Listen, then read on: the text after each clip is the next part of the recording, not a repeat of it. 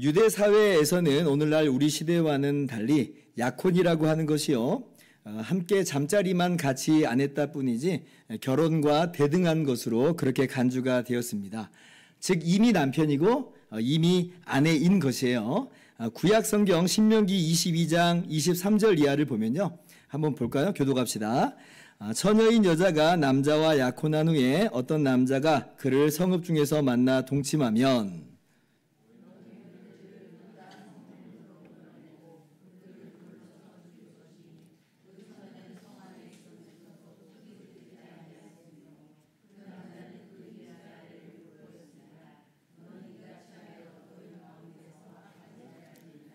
말씀 보니까 정말 그렇죠. 약혼한 여자는 이미 이웃의 아내, 그러니까 이웃의 여자라고 그렇게 불리고 있습니다. 그리고 그 상태에서 만약 딴 남자와 잠자리를 같이 했다고 한다면 그 처벌 또한 기혼자가 불륜한 것과도 똑같이 그렇게 사형으로 다스렸습니다. 약혼은 이미 결혼 관계다라고 하는 것이에요. 오늘 우리가 함께 읽은 마태복음 본문에서 등장하는 요셉과 마리아는 바로 그렇게 서로 약혼한 사이입니다. 그러나 아직 잠자리는 같이 하지 않은 것이에요. 자, 그런데 요셉이요, 나는 분명히 잠자리를 같이 한 적이 없는데, 근데 마리아가 이상해요.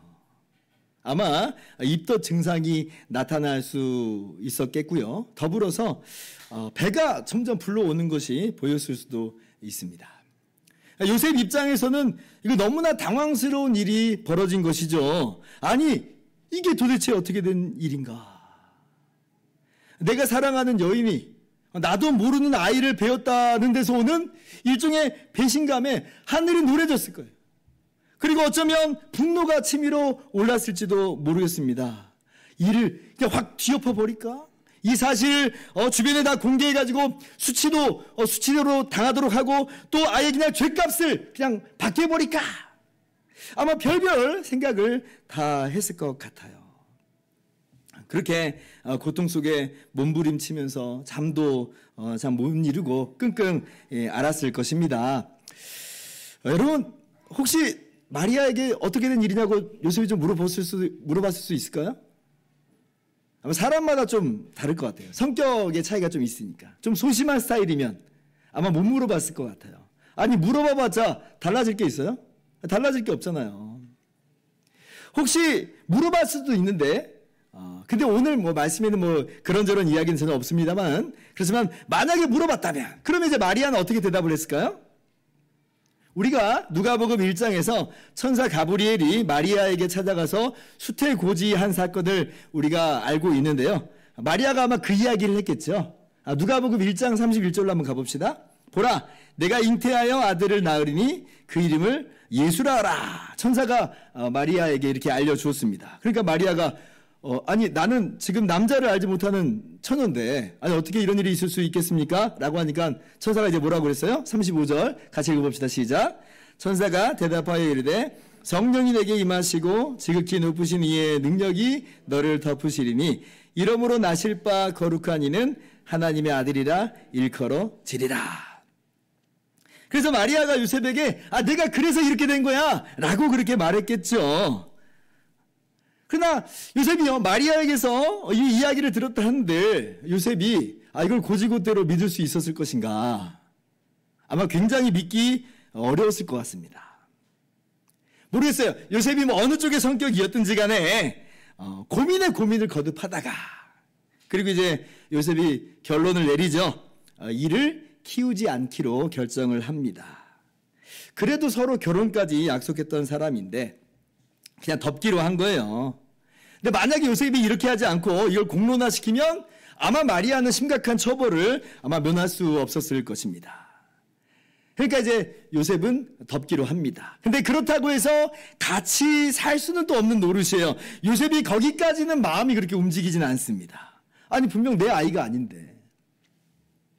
그래서 그냥 조용히 파혼하는 것으로 이 일을 마무리 짓기로 합니다. 그런 생각을 하는 거예요. 근데 이제 바로 그때에 이 천사가 요셉에게 꿈으로 나타납니다. 마태복음 1장 20절 말씀 이하예요. 자, 이 일을 생각할 때에 주의 사자가 현몽하여 이르되 다윗의 자손 요셉아 내 아내 마리아 데려오기를 무서워하지 말라. 그에게 잉태된 자는 성령으로 된 것이라. 21절 같이요.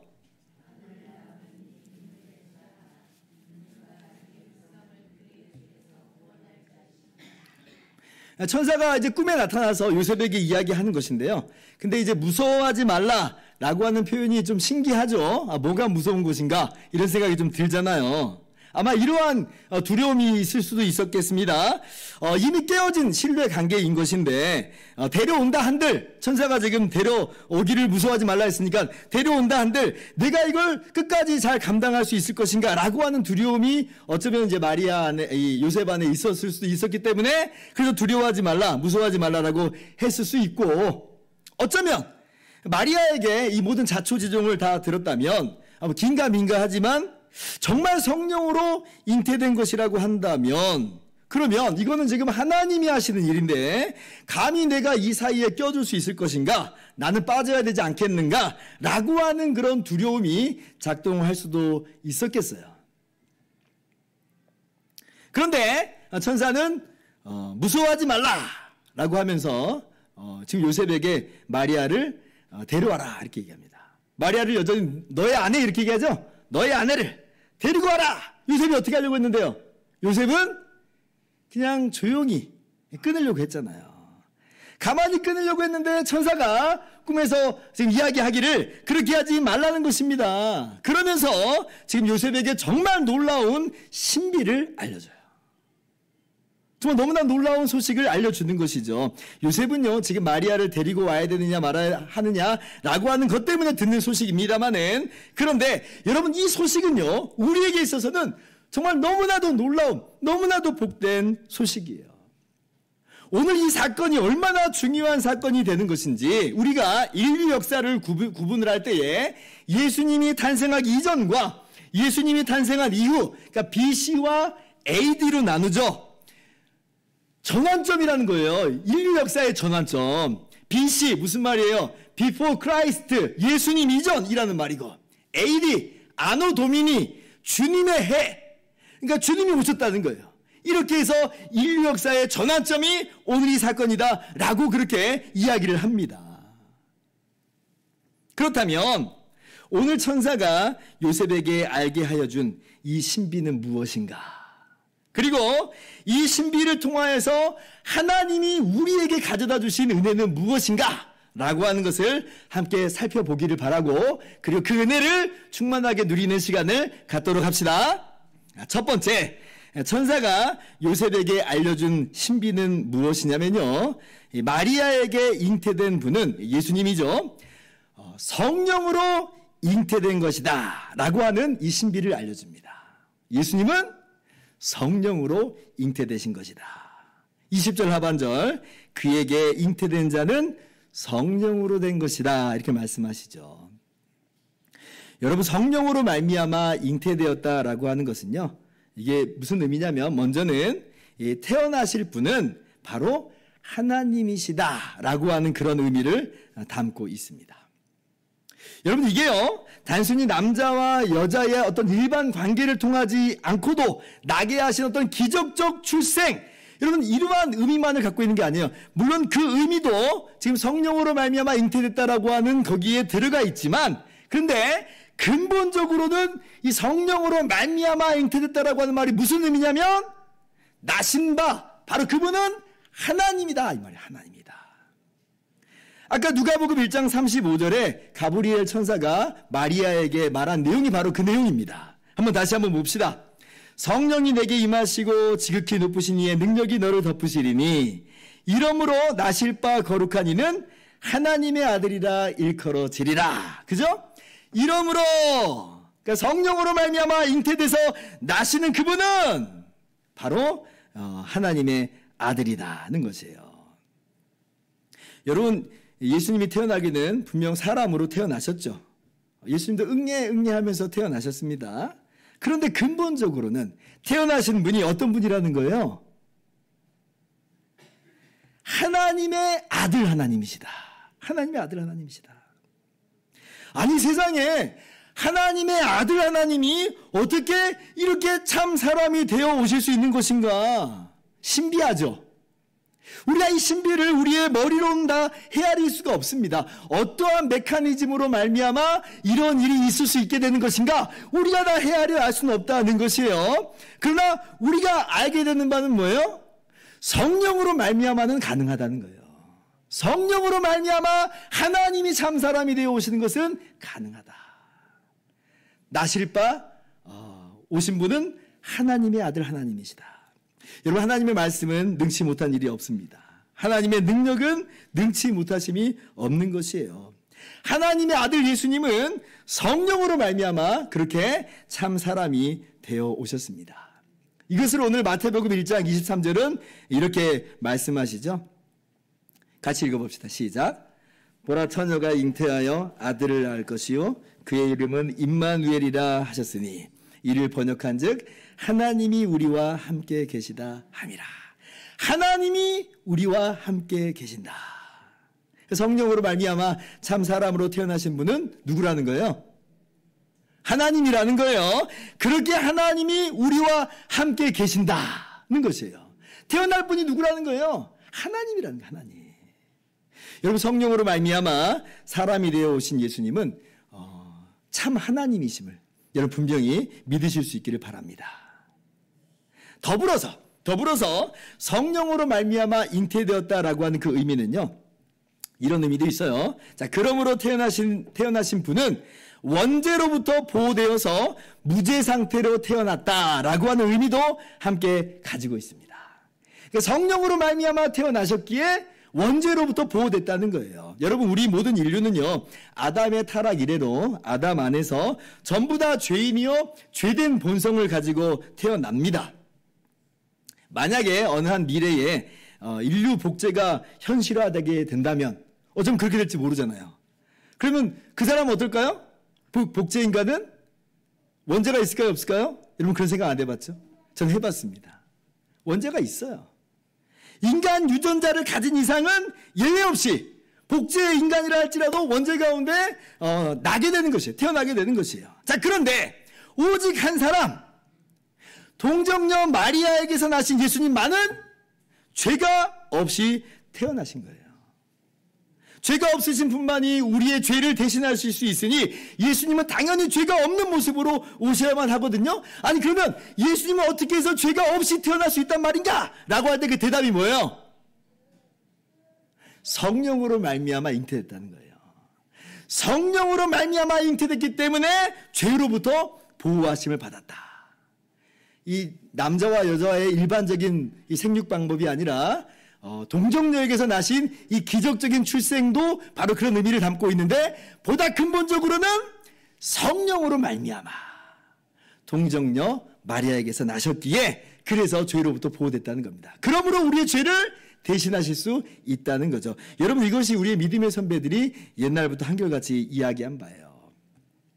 그래서 성경 히브리서 4장 15절은 예수님은 죄가 없는 분임을 분명하게 말씀해 주시죠. 우리에게 있는 대제사장은 우리의 연약함을 동정하지 못하실 리가 아니요 모든 일에 우리와 똑같이 시험을 받으신 이로되 죄는 없으시니라. 우리와 똑같은 사람이에요. 그러나 죄는 없어요. 아니, 어떻게 죄가 없이 태어날 수 있는가? 그것은 성령으로 말미암아 잉태됐기 때문이다. 그러므로 성령으로 말미암아 잉태되신 예수님은 참 사람이시로되 근본적으로는 참 하나님이신 것이며, 그리고 무죄하신 상태로 사람이 되어 오신 것입니다. 여러분, 이 사실을 분명히 믿으시기 바랍니다. 자, 그러면 이게 얼마나 기가 막힌 이야기냐면요. 자, 하나님이신 그분이 뭐예요? 사람이 되어 오신 거예요. 너무 기가 막힌 이야기예요. 아니, 못하러 하나님께서 사람이 되시기까지 하세요? 그죠? 게다가 우리가 누가복음을 통해서 예수님이 태어나실 때 어떻게 태어나셨는지를 알고 있어요. 태어나실 때 어디에 누이세요? 어디에? 말구유에 누이시잖아요. 말구유에. 아니, 지금 부귀 영화의 어떤 화려한 왕국에서 태어난 게 아니라 정말 낮고 천한 자리에 말구유에 누이시기까지 오셨어요. 누가? 하나님이신 그분이. 아니, 왜 이렇게까지 하시는 거예요? 그 이유는 하나님께서 그렇게까지 우리를 사랑하신다는 거죠. 하나님이 우리를 사랑하십니다. 범죄하여 타락한, 하나님께 반역하여 하나님을 떠나버린 우리들 그냥 내버려 두어도 하나님은 전혀 문제가 없어요. 아무 상관이 없어요. 그러나 하나님은 내버려 두시지 않기로 결정하신 거예요. 그래서 하나님이신 그분이 우리와 똑같은 사람이 되어 오신 것입니다. 하나님이 세상을 이처럼 사랑하사 독생자를 주셨으니 이는 그를 믿는 자마다 멸망하지 않고 영생을 얻게 하려 하심이라. 하나님이 사람이 되어 오신 그 크신 은혜와 사랑을 깊이 깨달아 아실 수 있기를 주님의 이름으로 축원합니다. 자, 두 번째, 천사가 요셉에게 알려준 신비가 무엇이냐면요, 태어나실 그분이 어떤 일을 하신다라고 하냐면 자기 백성을 그들의 죄에서 구원하시는 분이라는 거예요. 자기 백성을 그들의 죄에서 구원하신다. 오늘 말씀 21절이죠. 다시 한번 봅시다. 아들을 낳으리니 이름을 예수라 하라. 이는 그가 자기 백성을 그들의 죄에서 구원할 자이심이니라 하니라. 아멘. 자, 성령으로 잉태되신 분은 사람이 되어 오셨으나 근본적으로는 하나님이시다라고 했어요. 자, 근데 그분이 어떤 일을 하셨다고요? 자기 백성을 그들의 죄에서 구원하셨다. 그래서 그분이 하시는 그 일을 아예 그 이름에 새겨놓죠. 그래서 그 이름을 뭐라고 하라고요? 예수라 하라. 예수라고 하는 그 이름의 뜻이 뭐냐면 구원이라고 하는 뜻입니다. 구원. 자기 백성을 그들의 죄에서 구원할 자이기 때문에 아예 그 이름을 예수라, 그러니까 구원이라 이렇게 이름을 붙이신 거예요. 아담의 타락 이래로 모든 인류는 죄인으로 태어난다고 했습니다. 우리 인류의 고통의 근본적인 원인이 뭐냐? 바로 죄죠. 죄. 이게 우리의 모든 고통과 불행의 원인이고 근본적인 문제예요. 죄의 삭은 사망이다.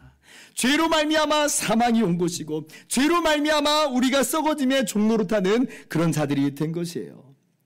장차 하나님의 의의 심판대 앞에서 영원한 지옥의 형벌을 받게 되는 것도 우리가 행한 죄 때문에 받는 거죠. 그래서 이 죄야말로 정말 우리의 불행의 원인입니다. 우리를 불행하게 만드는 근본적인 문제예요. 그런데 문제는 뭐냐면 이 죄 문제를 우리가 해결할 수 없다는 거예요. 이 죄가 우리의 본성에 완전히 들러붙어가지고 떨어지질 않아요. 제거되질 않아요. 어느 하나 이 죄에서 예외가 아닙니다. 모두 다 하나님 보시기에 죄인이에요. 스스로 이 죄의 굴레를 벗어날 수 있는 사람이 없다는 거예요. 거기다가 우리의 죄라고 하는 것이 하나님의 영광, 하나님의 명예를 훼손하는 것인데 누가 감히 이 죄값을 내가 다 담당할 수 있다라고 말할 수 있겠어요? 어느 누구 하나 이 죄의 문제를 해결할 수가 없는 것인데, 그런데 예수님이 어떻게 하신 거라고요? 주님의 백성을 그들의 죄에서 구원하신다. 여러분, 요셉이요, 이 이야기를 들었죠. 근데 이 이야기를 듣고도 뭐가 뭔지는 잘 몰랐을 겁니다. 자, 그런데 우리는 이 이야기가 어떤 이야기인지, 어떤 일을 예수님이 하신다는 것인지를 우리가 너무나 잘 알고 있어요. 어떤 일을 하세요? 우리를 우리의 죄에서 구원하시기 위해서 어떤 일을 하세요? 그렇죠. 우리의 모든 죄를 다 대신 짊어지고 우리 대신 십자가에 못 박혀 죽으셨습니다. 그렇게 우리의 모든 죄값을 다 치러주신 것이고 그렇게 하여서 우리를 우리의 죄에서 구원하여 주신 것이에요. 그러니 정말 기가 막힌 거죠. 너무 기가 막힌 거예요. 왜냐하면 참 사람이 되어 오셨지만 근본적으로는 어떤 분이라고 그랬어요? 참 하나님이라고 그랬잖아요. 그럼 뭐예요 지금 이게? 하나님이신 예수님이 죄인인 우리를 대신해서 십자가에 대신 못 박혀 죽었다는 거예요. 그렇게 우리를 구원해내셨다는 겁니다. 아니, 세상에 이런 일이, 하나님이 이 땅에 오신 것도 너무 놀라운 일인데, 근데 그 하나님이 우리를 위해서 십자가에서 대신 죽으셨다. 이건 정말 그 어떤 것으로도 표현할 수 없는, 형언할 수 없는 은혜와 사랑입니다. 요한계시록 1장 5절을 보면 이렇게 말씀하시죠. 예수님께서 우리를 사랑하사 그의 피로 우리 죄에서 우리를 해방하셨다. 왜 하나님이 이렇게까지 하시는가? 그 이유는 뭐예요? 우리를 사랑하시기 때문에. 하나님은 우리를 사랑하십니다. 여러분 이러한 하나님의 사랑을 믿으시기 바랍니다. 그리고 하나님이신 예수님의 피로 우리의 모든 죄가 하나도 남김없이 다 해결되는 거예요. 우리 하나님의 피가 나를 대신해서 흘려졌는데 그 어떤 죄를 못 씻겠어요. 능히 씻고도 남는 것이죠. 그렇게 예수님은 우리의 구원자가 되어주셨습니다. 그리고 우리에게 말씀하시는 거예요. 수고하고 무거운 짐진 자들아 다 내게로 오라. 내가 너희를 쉬게 하리라. 우리의 모든 죄 문제를 다 해결하시고 내게로 오라. 내가 너희를 쉬게 하리라 말씀하여 주세요. 오늘 요셉이 전해드린 이 신비한 이 소식을 통해서 정말 우리가 어떠한 은혜와 사랑을 받고 있는지를 다시금 깊이 기억하면서 감사하면서 그렇게 주님께 영광과 찬양을 올려드릴 수 있기를 바랍니다. 자, 이제 한 가지 더 말씀드리면서 말씀을 마무리하려고 합니다. 자, 그래서 이제 천사로부터 요셉이 이 소식을, 이 신비를 듣고 난 후에 마리아의 관계를 가만히 끊으려고 했는데 철회를 합니다. 철회하고 생각을 돌이키죠. 그 말씀에 순종하여 마리아를 데리고 옵니다. 자, 24절 보세요. 요셉이 잠에서 깨어 일어나 주의 사자의 분부대로 행하여 그의 아내를 데리고 왔으나 25절.